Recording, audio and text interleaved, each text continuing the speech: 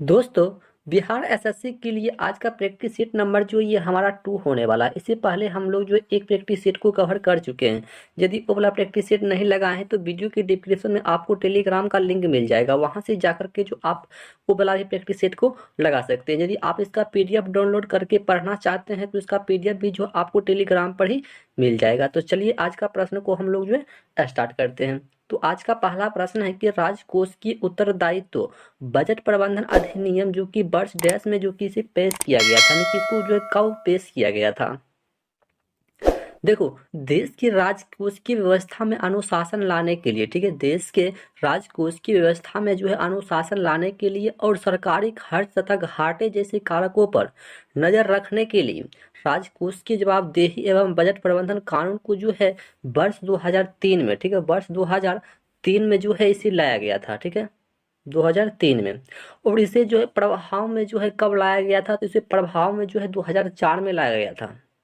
लेकिन यहाँ पर आंसर की हम बात कर ले तो यहाँ पर आंसर जो है इस प्रश्न का बिल्कुल सही जवाब हमारा ऑप्शन नंबर सी हो जाएगा 2003 में, ठीक है, 2003 में। और इसे प्रभाव में कब लाया गया था, तो इसे प्रभाव में जो है 2004 में लाया गया था, ठीक है, तो आपको इसे भी याद रखना है।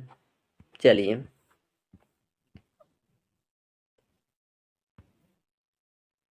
अगला प्रश्न है कि अर्थशास्त्र के संदर्भ में एस एल आर का पूर्ण रूप जो है ये क्या है, कि एस एल आर का पूर्ण रूप जो है आपको बताना है। एस एल आर का पूर्ण रूप जो है क्या होता है। देखो, एस एल आर का मतलब क्या होता है, पहले इसको समझ लेते हैं। देखो, एस एल आर का मतलब होता है कि अर्थशास्त्र में धन के संचार को क्या कहते हैं, कि अर्थशास्त्र में धन के संचार को अच्छी तरह से क्या करना, नियंत्रण करना होता है, ठीक है। एस एल आर का पूर्ण रूप मतलब होता है। और इसका पूर्ण रूप की हम बात कर ले तो स्टेच्यूरी, क्या कहते हैं, स्टेच्यूरी लिक्विडिटी रेशियो होता है इसका फुल फॉर्म। कहने का मतलब जो हमारा ऑप्शन नंबर डी यहाँ पर बिल्कुल सही जवाब इसका हो जाएगा, ठीक है, ऑप्शन नंबर डी हो जाएगा। चलिए,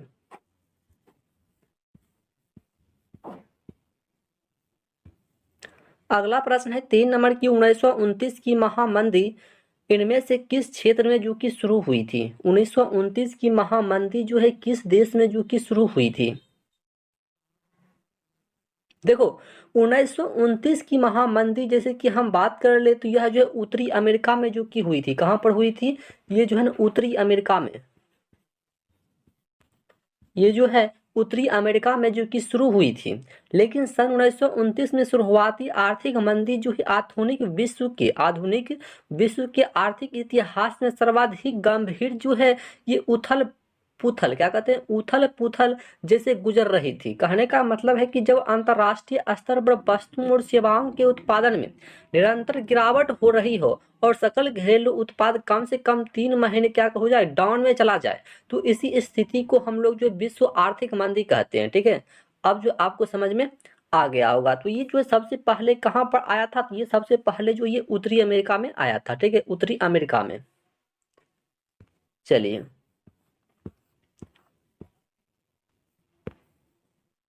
अगला प्रश्न है 4 नंबर कि लखनऊ कढ़ाई की किस पारंपरिक कला के लिए जो ये प्रसिद्ध है।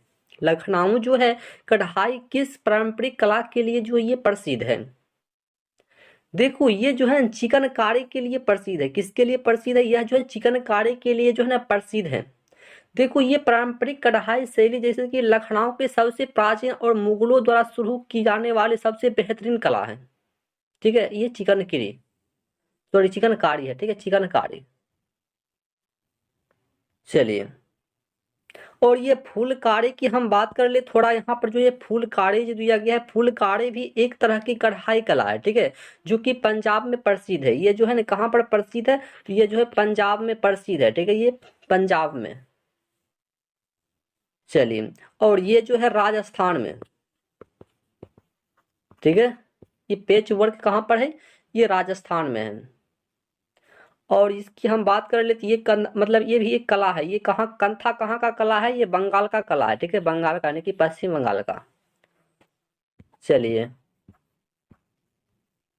अगला प्रश्न है कि उत्तर प्रदेश में निम्नलिखित में से कौन सा स्मारक जो कि नहीं है। उत्तर प्रदेश में कौन सा स्मारक जो है नहीं स्थित है?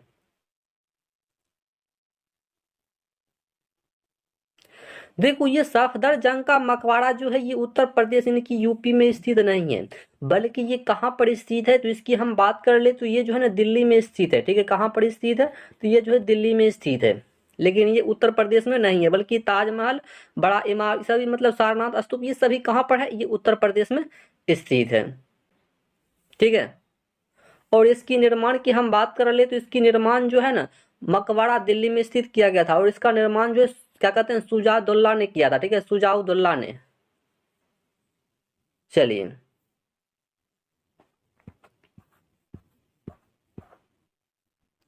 अगला प्रश्न की हम बात कर ले तो अगला प्रश्न है 6 नंबर की निम्नलिखित में से कौन सी नदी जो कि अफ्रीका में नहीं है, यानी कि ऐसा कौन सा नदी है जो कि अफ्रीका में नहीं है। देखो हम बात कर ले अफ्रीका में नहीं, ये अमेजन नदी जो है ना ये अफ्रीका में स्थित नहीं है। देखो अमेजन नदी की उद्गम जो है पेरू में एंडीज पर्वत से होता है। ठीक है, पेरू में, ये जो है पेरू में जो है ना एंडी क्या कहते हैं पेरू, क्या पेरू में एंडीज पर्वत से होता है, और अमेजन नदी का मुहाना जो है ये अटलांटिक महासागर में होता है। ठीक है, अटलांटिक महासागर में। और अमेजन नदी की हम बात कर ले तो अमेजन नदी जो अफवाह क्षेत्र और जल आयतन की दृष्टि से विश्व की सबसे बड़ी और दूसरी सबसे लंबी नदी है। ठीक है, अमेजन नदी। चलिए,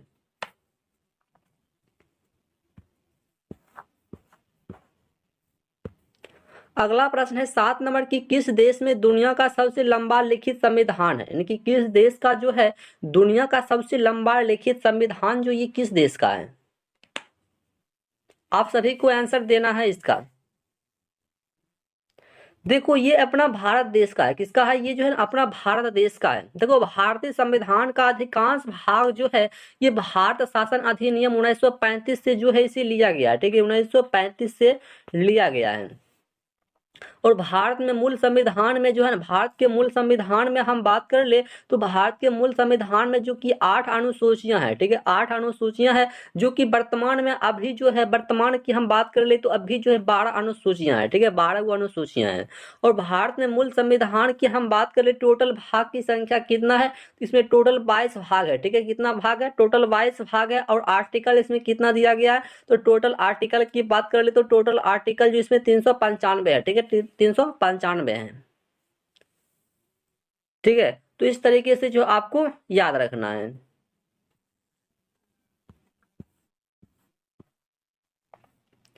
चलिए, अगला प्रश्न है कि सतीश धवन अंतरिक्ष केंद्र जो कि श्रीहरिकोटा किस राज्य में जो है ये स्थित है। श्रीहरिकोटा जो है यह किस राज्य में जो है स्थित है।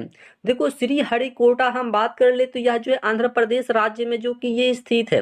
देखो 1972, ठीक है, 1972 से लेकर 1989, ठीक है, 1972 से लेकर 1989 के दौरान में इसरो के अध्यक्ष जो कि प्रोफेसर सतीश धवन रहे हैं, जिनके नाम पर ही जो श्रीहरिकोटा अंतरिक्ष केंद्र का नाम जो कि ये रखा गया है। ठीक है, और इसरो का मुख्यालय जो है ये बेंगलुरु को कहा जाता है। ठीक है, इसरो का मुख्यालय कहाँ है, ये बेंगलुरु में है। और इसरो की स्थापना कब हुआ है तो इसरो की स्थापना जो है ये 1969 में हुआ है। ठीक है, इसरो का स्थापना, तो इसे भी आपको याद रखना है।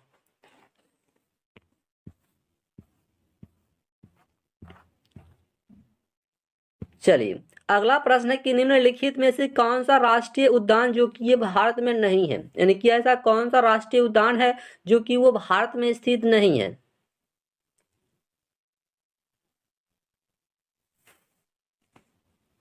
देखो ये क्या बोल रहा है, संदूर। ठीक है, संदूर राष्ट्रीय उद्यान जो है ये अपना भारत में स्थित नहीं है, बल्कि ये कहाँ पर स्थित है तो ये जो है पाकिस्तान में। ठीक है, पाकिस्तान में स्थित है। ठीक है, ये कहाँ पर स्थित है, ये पाकिस्तान के खेवर दर्रा में स्थित है। ठीक है, कहाँ पर स्थित है, पाकिस्तान के खेवर दर्रा में स्थित है।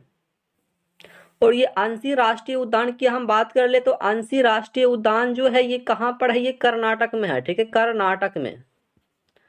ठीक है, ये कहाँ पर है, ये कर्नाटक में है। चलिए, और ये उद्यान कहाँ पर है, दात्री गम राष्ट्रीय उद्यान की हम बात कर ले तो ये जम्मू कश्मीर में स्थित है। ठीक है, जम्मू कश्मीर में, जम्मू कश्मीर में। चलिए, और ये जो है मेघालय में है, सभी को याद रखना है। ठीक है, ये मेघालय में है, बालपक्कम राष्ट्रीय उद्यान। चलिए, अगला प्रश्न है कि कौन सा जल पट्टिका भारत और श्रीलंका को अलग करता है, यानी कि ऐसा कौन है, मतलब जो तू क्या करता है, भारत और श्रीलंका को क्या करता है, अलग करता है। भारत और श्रीलंका को कौन जो है ये अलग करता है। देखो ये पाक जल डमरू मध्य, ठीक है, पाक जल डमरू मध्य जो है ना, ये भारत हो गया और श्रीलंका दोनों को क्या करता है, अलग करता है। और पाक जल संधि जो है, पाक जल संधि की थोड़ा हम यहाँ पर बात करना चाहेंगे। पाक जल संधि होता है, ये जो है ना भारत और पवन क्या कहते हैं, भारत के पवन द्वीप को श्रीलंका से अलग करता है। ठीक है, चलिए,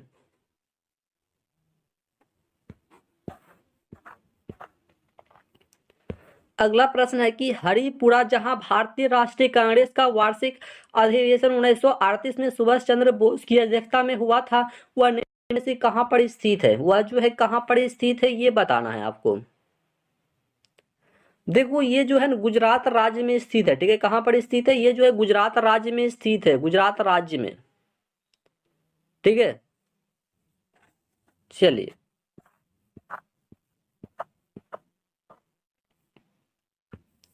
अगला प्रश्न है कि वीरों का कैसा हो वसंत कविता का रचयिता जो है ये कौन है। वीरों का कैसा हो वसंत कविता के रचयिता जो है ये कौन है, इसका कविता का रचयिता जो है ये आपको बताना है।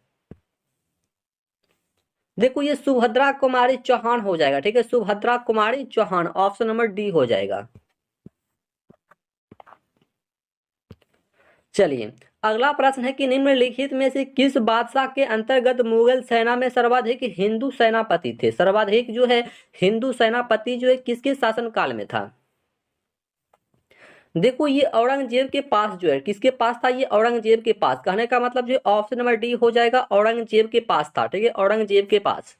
देखो सबसे अधिक मानस वदार मुगल काल में यानी कि औरंगजेब के काल में थे, लेकिन छोटे छोटे पदों पर था। ठीक है, किस मतलब किस टाइप का था, तो ये छोटे छोटे पदों पर था। लेकिन औरंगजेब की हम बात कर ले तो 1658, ठीक है, 1658 से लेकर 1707, ठीक है, 1707 का जन्म, मतलब कहने का मतलब 3 नवंबर 1618 ईस्वी को उज्जैन की द्वाहाद नामक स्थान पर जो कि इसका जन्म हुआ था। और औरंगजेब का अधिकांश समय जो है ये नूरजहां के पास ही बीता था, नूरजहां के पास, इसे भी आपको याद रखना है, नूरजहां के पास जो अधिकांश समय जो है औरंगजेब का बीता था। चलिए, अगला प्रश्न है कि सर टॉमस मुनरो भूराजस्व बंदोबस्त से संबंधित है, यानी कि जो ये किससे संबंधित है। देखो ये रेतवाड़ी बंदोबस्त से जो है ये संबंधित है, ऑप्शन नंबर सी हो जाएगा, रेतवाड़ी। ठीक है, रेतवाड़ी। और इसे कब लागू किया गया था, तो इसे जो है 1792 में, ठीक है, 1792 में इसे लागू किया गया था। चलिए, अगला प्रश्न की हम बात कर ले तो अगला प्रश्न है कि बुद्ध की मृत्यु के पश्चात प्रथम बौद्ध समिति की अध्यक्षता जो है ये कहां पर किया गया था, यानी कि किसके द्वारा किया गया था, ये आपको बताना है। देखो प्रथम बौद्ध संगीति की हम बात कर ले तो प्रथम बौद्ध संगीति 483 ईसा पूर्व, ठीक है, जो कि कहां पर हुआ था, ये राजगीर में हुआ था। ठीक है, राजगीर में। ठीक है, आपको जगह का नाम भी याद रखना है, कहां पर हुआ था, राजगीर में हुआ था। और प्रथम बौद्ध संगीति का अध्यक्ष जो है ये महाकश्यप था। कौन था, महाकश्यप। ठीक है, महाकश्यप, ऑप्शन नंबर ए हो जाएगा, महाकश्यप।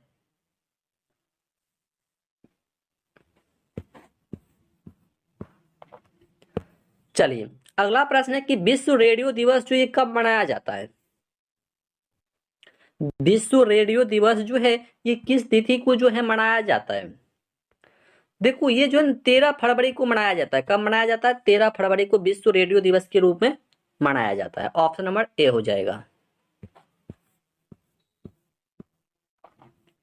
चलिए, नेक्स्ट प्रश्न है कि वाटरलू, क्या है कि वाटरलू के युद्ध में किस महान योद्धा का अंतिम रूप से पतन हुआ था। किसका मतलब जो है अंतिम रूप से जो ये पतन हुआ था।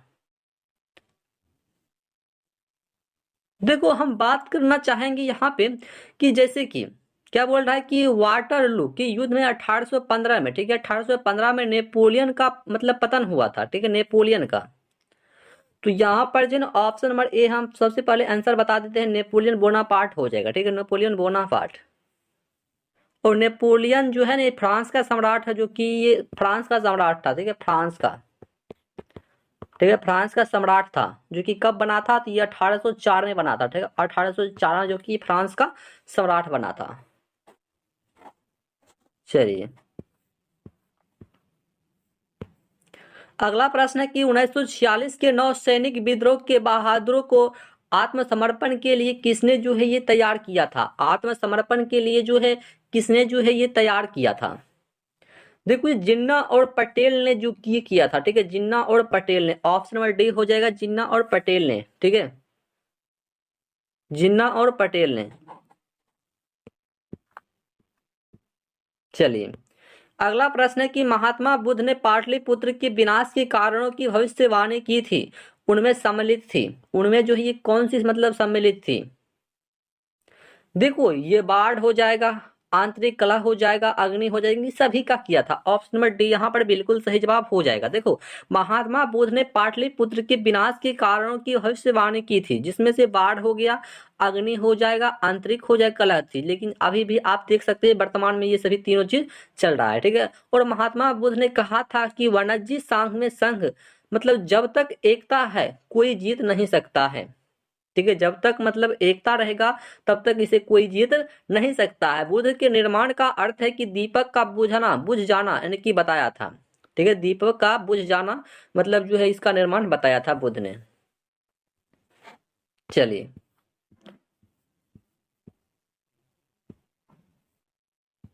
अगला प्रश्न है कि चीनी यात्री फरहान निम्नलिखित के शासन काल में भारत आया था, यानी कि किसके शासन काल में जो है चीनी यात्री फरहान जो है ये भारत में आया था? बताइए, भारत में आया था चीनी यात्री। देखो, ये चंद्रगुप्त प्रथम के शासन काल में आया था, ठीक है, सॉरी, चंद्रगुप्त द्वितीय हो जाएगा, ठीक है, चंद्रगुप्त द्वितीय के शासन काल में आया था, ठीक है, चंद्रगुप्त द्वितीय के शासन काल में। देखो, चंद्रगुप्त मौर्य के समय में मेगास्थनी, जो कि चंद्रगुप्त मौर्य के समय में कौन आया था? मेगास्थनी, जो कि राजदूत बनकर भारत में आया था, मेगास्थनी, ठीक है, मेगास्थनी, आपको इसे भी याद रखना है, मेगास्थनी के बारे में भी। और चीन का बौद्ध मतलब यात्री फैन चंद्रगुप्त द्वितीय के शासन काल में भारत आया, और उसने उसने अपने यात्रा जो की वृत्तांतों से मतलब भारत का वर्णन एक सुखी एवं समृद्ध देश के रूप में किया था, ठीक है। चलिए, अगला प्रश्न की हम बात करें तो अगला प्रश्न है कि भारतीय ध्वज के डिजाइन का श्रेय इनमें से किसे दिया जाता है? भारतीय ध्वज के डिजाइन का श्रेय जो है इनमें से किसे दिया जाता है? देखो, ये पिंगली बेकैया को दिया जाता है। ऑप्शन नंबर ए यहाँ पर बिल्कुल सही जवाब इसका हो जाएगा, ठीक है, ऑप्शन नंबर ए। चलिए, अगला प्रश्न है कि यूनाइटेड किंगडम के यूरोपीय संघ से निकलने की घटना को सामान्यतः किस नाम से जाना जाता है? किस नाम से इसे हम लोग जानते हैं? तो इसे जो है ना ब्रेग्जिट के नाम से जानते हैं। ऑप्शन नंबर बी यहाँ पर बिल्कुल सही जवाब इसका हो जाएगा। चलिए, अगला प्रश्न है कि भारत की इनमें से कौन सी नदी पूर्व से पश्चिम की ओर बहती है, यानी कि ऐसी कौन सी नदी है भारत में जो कि वो पूर्व से लेकर पश्चिम में बहती है? बताइए, पूर्व से लेकर पश्चिम में बहती है, यानी कि कहने का मतलब ऐसा नदी कौन सी नदी है जो कि उल्टी दिशा में बहती है, यानी कि इसे मतलब उल्टी दिशा में बहने वाली नदी भी कहा जाता है। अब जो है आपको समझ में आ गया हो, जल्दी से आंसर कीजिए। देखो, नर्मदा नदी जो है ना ये उल्टी दिशा में बहती है, जो कि पूरा मतलब कहने का मतलब ये पश्चिम से पूरब में बहती है। कहने का मतलब यही एक ऐसी नदी है जो कि क्या होती है कि मतलब पश्चिम से लेकर पूरब में बहती है, ठीक है। और इसका अमरकंट ये जो है अमरकंटक पहाड़ी से निकलती है, ठीक है, अमरकंटक पहाड़ी से। ये मध्य प्रदेश का जीवन रेखा कहा जाता है, और ये जो है नर्मदा नदी से मतलब एमपी हो जाएगा और गुजरात के मध्य में, ठीक है, ये मतलब पाया जाता है नर्मदा नदी। चलिए,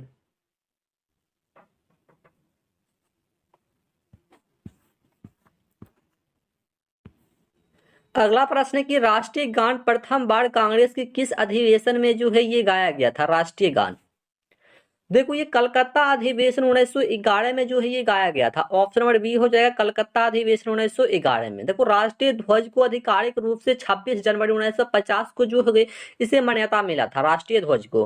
लेकिन भारत के राष्ट्रीय गीत को आधिकारिक मान्यता जो है 26 जनवरी 1950 को मिला है, जिसमें से जन गण मन को भारत के राष्ट्रीय गान के रूप में जो है 24 जनवरी 1950 को अपनाया गया था। और राष्ट्रीय चिन्ह में सिंहों की संख्या 4 है, इसे भी आपको याद रखना है। राष्ट्रीय चिन्ह में जो है सिंहों की संख्या जो है ये 4 दर्शाया गया, ठीक है, 4 गो सिंहों की संख्या 4 गो। चलिए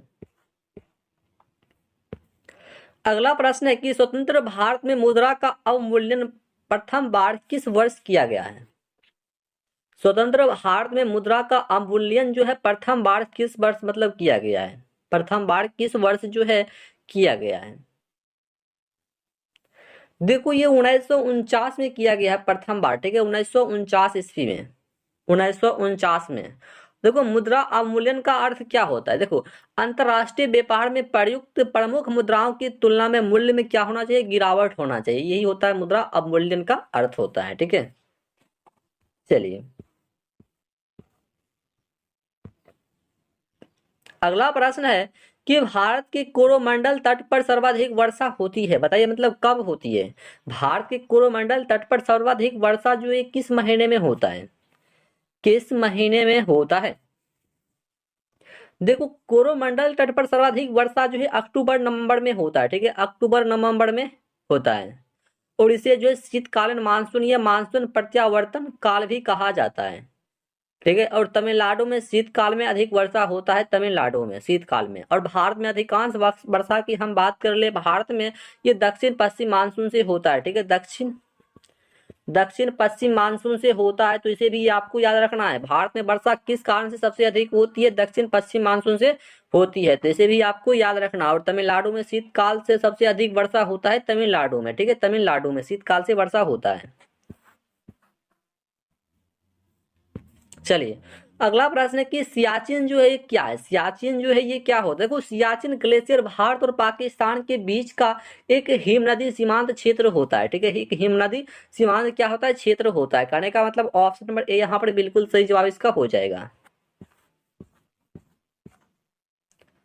चलिए अगला प्रश्न है कि जाफना प्रायद्वीप और श्रीलंका के मुख्य भूमि को जोड़ने वाले पास का नाम जो है ये क्या है? पास का नाम जो है ये क्या है? देखो क्या कहते हैं, जाफना प्रायद्वीप और श्रीलंका के मुख्य भूमि को जोड़ने वाले पास का नाम जैसे कि एलिफेंटा पास कहा जाता है उसको, ठीक है, क्या कहा जाता है? एलिफेंटा पास जो है उसको कहा जाता है। तो ऑप्शन नंबर बी यहाँ पर बिल्कुल सही जवाब हो जाएगा, ठीक है, ऑप्शन नंबर बी। चलिए अगला प्रश्न है कि चीड़ के पेड़, ठीक है, चीड़ के पेड़ सामान्यतः निम्नलिखित जलवायु प्रकारों में से किस एक में जो है पाया जाता है? चीड़ का पेड़, चीड़ का पेड़। देखो ये उष्णकटिबंधीय मानसून, ऑप्शन नंबर बी यहाँ पर बिल्कुल सही जवाब हो जाएगा, ठीक है, ऑप्शन नंबर बी। देखो चीड़ के पेड़ के तारपीन का तेल निकाला जाता है, इससे जो है ना, इससे जो है मतलब चीड़ का पेड़ से क्या निकाला जाता है? तो तारपीन का तेल निकाला जाता है, तारपीन का तेल, ठीक है, तारपीन का तेल जो है किससे निकाला जाता है? तो चीड़ के पेड़ से ही निकाला जाता है तारपीन का तेल। चलिए अगला प्रश्न है कि भी आकार की घाटी का निर्माण किसके द्वारा होता है? भी आकार की घाटी का निर्माण जो है किसके द्वारा होता है? ये जो है किसके द्वारा होता है? देखो भी आकार की घाटी का निर्माण जो ये युवा नदी के द्वारा होता है। किसके द्वारा होता है? तो ये जो है ना युवा नदी के द्वारा होता है। ऑप्शन नंबर ए यहाँ पर बिल्कुल सही जवाब हो जाएगा, ठीक है, युवा नदी के द्वारा। देखो भी आकार की घाटी जैसे कि नदी के द्वारा निर्मित घाटी जैसे कि अंग्रेजी के भी अक्षर के समान होती है, ठीक है, अंग्रेजी के भी अक्षर के समान होती है।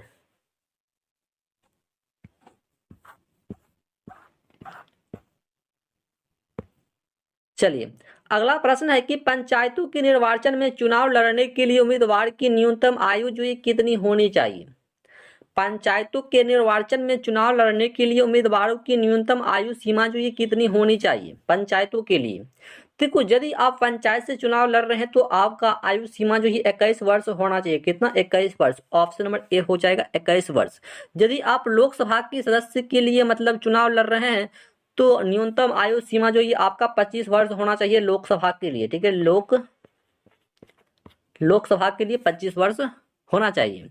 यदि आप राष्ट्रपति के लिए, ठीक है, राष्ट्रपति पद के लिए न्यूनतम आयु सीमा जो ये रखा गया है, मतलब जो है राज्यसभा के लिए, सबसे पहले हम बात करते हैं राज्यसभा के लिए। राज्यसभा के लिए जो ये 30 वर्ष, ठीक है, राज्यसभा के लिए जो है 30 वर्ष रखा गया है। और राष्ट्रपति के लिए जो है, राष्ट्रपति के लिए 35 वर्ष, ठीक है, राष्ट्रपति के लिए 35 वर्ष, ठीक है, राष्ट्रपति के लिए 35 वर्ष। तो इस तरीके से जो आपको याद रखना है। और ग्राम पंचायत तथा क्या कहते हैं कि भारतीय संविधान के आर्टिकल 243 के मतलब 16 अनुच्छेदों में ग्राम पंचायत तथा 18 अनुच्छेदों में जो नागरिक मतलब पालिका का जो ये मतलब क्या कहते समावेश किया गया, ठीक है, समावेश। चलिए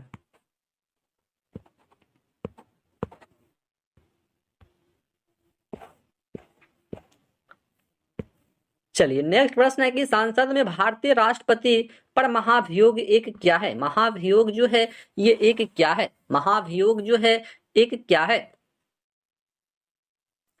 देखो, संसद में भारतीय राष्ट्रपति पर महाभियोग एक अर्ध न्यायिक प्रक्रिया है। क्या है? एक अर्ध न्यायिक प्रक्रिया है। कहने का मतलब जो ऑप्शन नंबर बी यहाँ पर बिल्कुल सही जवाब हो जाएगा। देखो, आर्टिकल 61, ठीक है, आर्टिकल 61 महाभियोग की प्रक्रिया है, ठीक है, आर्टिकल 61 ये जो है ये क्या है?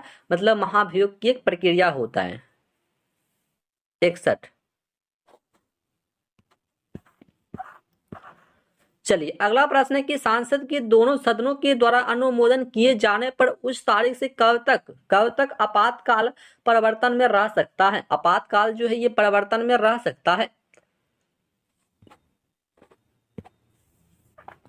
देखो, सांसद के दोनों सदनों के द्वारा अनुमोदन किए जाने पर, ठीक है, उस तारीख से लेकर यानी कि 6 माह तक आपातकाल, ठीक है, कितने माह तक? 6 माह तक जो है ये आपातकाल परिवर्तन में रह सकता है। लेकिन राष्ट्रीय आपातकाल की घोषणा जो स्वतंत्रता के अधिकार को मतलब स्वतः निलंबित करती है।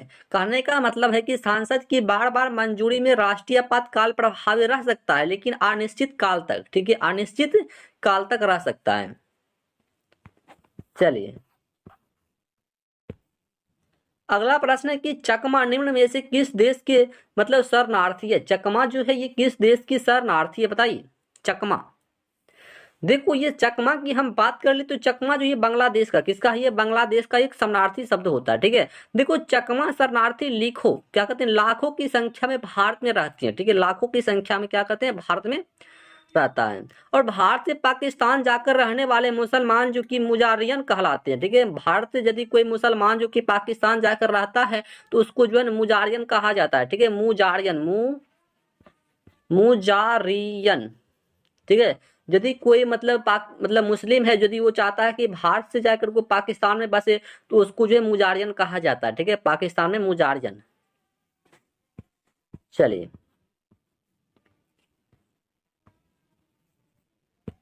अगला प्रश्न है कि अर्थशास्त्र के नोबेल पुरस्कार जो कि सन 1967 में स्थापित किया गया था, परंतु सर्वप्रथम पुरस्कार किस वर्ष जो है ये प्रदान किया गया है? किस वर्ष जो है प्रदान किया गया है? देखो, अर्थशास्त्र के लिए नोबेल पुरस्कार जो कि 1967 स्थापित किया गया था, परंतु सर्वप्रथम पुरस्कार जो कि सन 1969 में दिया गया था, ठीक है, सन 1969 में। कहने का मतलब ऑप्शन नंबर सी यहाँ पर बिल्कुल सही जवाब हो जाएगा, ठीक है, ऑप्शन नंबर सी। और नोबेल पुरस्कार 6 क्षेत्र में दिया जाता है। कितने क्षेत्र में? 6 क्षेत्र में जो कि ये दिया जाता है नोबेल पुरस्कार। शेष 5वां क्षेत्र जैसे कि 1901 में से दिया जाता है भौतिकी, चिकित्सा, रसायन, साहित्य के मतलब शांति के क्षेत्र में दिया जाता है 5वां। चलिए अगला प्रश्न है कि लेसांस लाइफ टाउट भी अनलोइंगली किसकी आत्मकथा है? ये जो है किसकी आत्मकथा है ये आपको बताना है। देखो, ये अनुपम खेर की आत्मकथा है, ठीक है, अनुपम खेर की। ऑप्शन नंबर सी हो जाएगा। अनुपम खेर की जो है ना ये एक मतलब आत्मकथा है अनुपम खेर की। चलिए अगला प्रश्न बताइए कि निम्नलिखित में से कौन सा राज्य महात्मा गांधी राष्ट्रीय ग्रामीण रोजगार गारंटी योजना मनरेगा के तहत श्रमिकों को रोजगार देने में शीर्ष पर है? देखो, ये जो है शीर्ष पर मतलब कहने का मतलब ये यूपी यानी का उत्तर प्रदेश है। ऑप्शन नंबर बी हो जाएगा उत्तर प्रदेश। चलिए अगला प्रश्न है कि विश्व रेड क्रॉस दिवस किस तिथि को मनाया जाता है? विश्व रेड क्रॉस दिवस जो ये कब मनाया जाता है? देखो विश्व रेड क्रॉस दिवस जो है प्रत्येक वर्ष ने कि 8 मई को कब मनाया जाता है? ये 8 मई को मनाया जाता है विश्व रेड क्रॉस दिवस। ठीक है, चलिए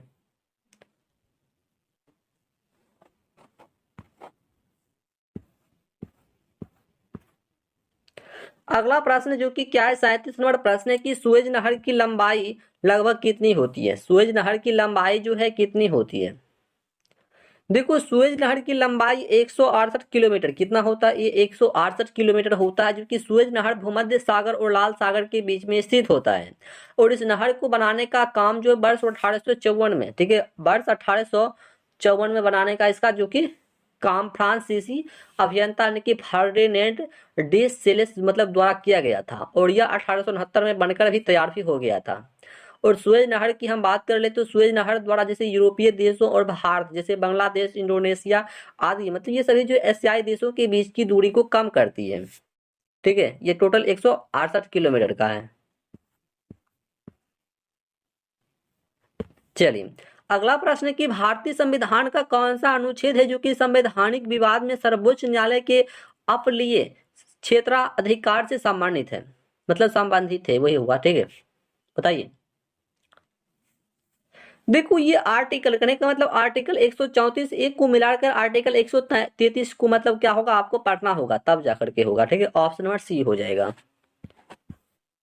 चलिए अगला प्रश्न है कि सकल राष्ट्रीय आय और सकल घरेलू उत्पाद कहने का मतलब जीएनपी और जीडीपी में क्या अंतर होता है? जीएनपी हो गया और एक जीडीपी हो गया, दोनों में अंतर क्या होता है? देखो दोनों में अंतर होता है कि विदेशों से प्राप्त निवल आय का अंतर। ऑप्शन नंबर सी हो जाएगा। देखो मतलब सकल राष्ट्रीय उत्पाद, ठीक है, जैसे सकल घरेलू उत्पाद प्लस विदेशों से अर्जित मतलब कुछ विशुद्ध आय होता है, और शुद्ध राष्ट्रीय जैसे कि एनएनपी होता है, ठीक है, एक एनएनपी उसका जैसे कि सकल राष्ट्रीय उत्पाद, और उसके बाद उसमें माइनस कर देंगे मूल्यह्रास का। करने का मतलब प्रति व्यक्ति आय बराबर जैसे कि राष्ट्रीय आय बटेगा देश की कुल जनसंख्या। तो इस तरीके से होगा। इस प्रश्न का बिल्कुल सही जवाब जो हमारा ऑप्शन नंबर सी हो जाएगा। ठीक है, ऑप्शन नंबर सी। चलिए अगला प्रश्न आपको बताना है कि पिन कोड में प्रथम अंक जो है ये किसको दर्शाता है? पिन कोड में जो प्रथम अंक जो होता है वो किसको दर्शाता है? देखो पिन कोड में जो प्रथम अंक होता है ना वो मतलब निश्चित क्षेत्र को क्या करता है, दर्शाता है, निश्चित क्षेत्र को। और पिन कोड प्रणाली की मतलब जो है कब शुरुआत किया गया था पिन कोड की? तो पिन कोड की शुरुआत जो है 1972 में जो की है शुरुआत किया गया था। ठीक है, 1972 में। और भारत का डाक प्रणाली जो की अपनी तरह का विश्व की सबसे बड़ी प्रणाली होता है। और पिन कोड संख्या के आखिरी 3 अंक जो कि डाक कार्यालय के वितरण क्षेत्र को सूचित करता है, आखिरी का 3 डिजिट। चलिए अगला प्रश्न है कि चेनमू जनजाति किस प्रदेश की निवासी है? चेनमू जनजाति जो होता है वो किस देश की निवासी होता है? चेनमू जनजाति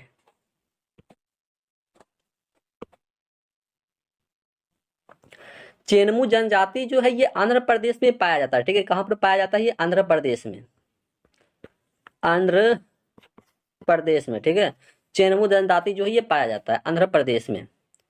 चेनमू हो जाएगा, क्या कहते हैं, सवाड़ा हो जाएगा, गढ़वा हो जाएगा, ये सब पाया जाता है आंध्र प्रदेश में।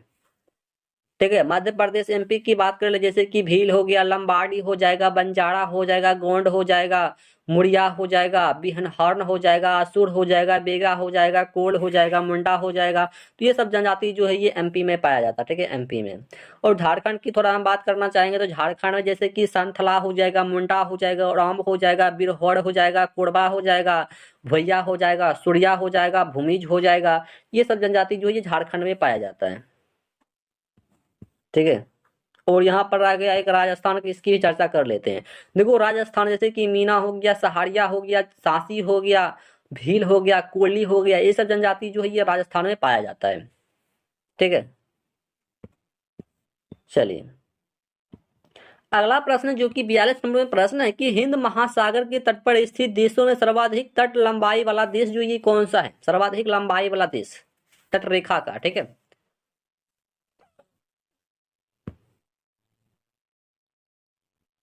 देखो, हिंद महासागर के तट पर स्थित देशों में सर्वाधिक तट लंबाई वाला देश जो है ये अपना भारत ही होता है, ठीक है, ये अपना भारत देश ही है, ठीक है, भारत देश। और विश्व में सबसे लंबी तट रेखा वाला देश की हम बात कर ले तो ये कनाडा, ठीक है, कनाडा, ठीक है, इसे भी आपको याद रखना है, कनाडा। चलिए अगला प्रश्न की बात कर ले हम, तो अगला प्रश्न है कि निम्नलिखित में से किस खेल में फ्री थ्रो दिया जाता है, फ्री थ्रो दिया जाता है, किस खेल में दिया जाता है। देखो ये बास्केटबॉल में, कहां पर दिया जाता है ना, बास्केटबॉल में दिया जाता है, ठीक है, बास्केटबॉल में, ऑप्शन नंबर यहाँ पर बी हो जाएगा, बास्केटबॉल में दिया जाता है, ठीक है, बास्केटबॉल में। देखो बास्केटबॉल का आविष्कार हम जैसे कि जेम्स स्मिथ ने, कौन किया था, जेम्स स्मिथ ने, ठीक है, जेम्स स्मिथ ने जो कि कब किया था, 1891 में किया था, ठीक है, 1891 में किया था, और जो कि अमेरिका में किया था, ठीक है, अमेरिका में। और भारत में प्रथम बास्केटबॉल खेल का जो है आयोजन किया गया था 1930 में, प्रथम बार 1930 में जो कि खेला गया था। जैसे कि ring, guard, point, dead ball, basketball, ये सभी जो है बास्केटबॉल से ही संबंधित होता है, ठीक है। तो यहाँ पर जो इस प्रश्न का बिल्कुल सही जवाब हमारा ऑप्शन नंबर बी हो जाएगा, ठीक है, ऑप्शन नंबर बी। तो वीडियो कैसा लगा है कमेंट बॉक्स में जरूर बताइएगा, ठीक है, कमेंट बॉक्स में आपको जरूर से जरूर बताना, और कितने प्रश्न को आप सही किए हैं ये भी बताइएगा जरूर। तो चलिए मिलते हैं नेक्स्ट वीडियो में, तब तक के लिए जय हिंद।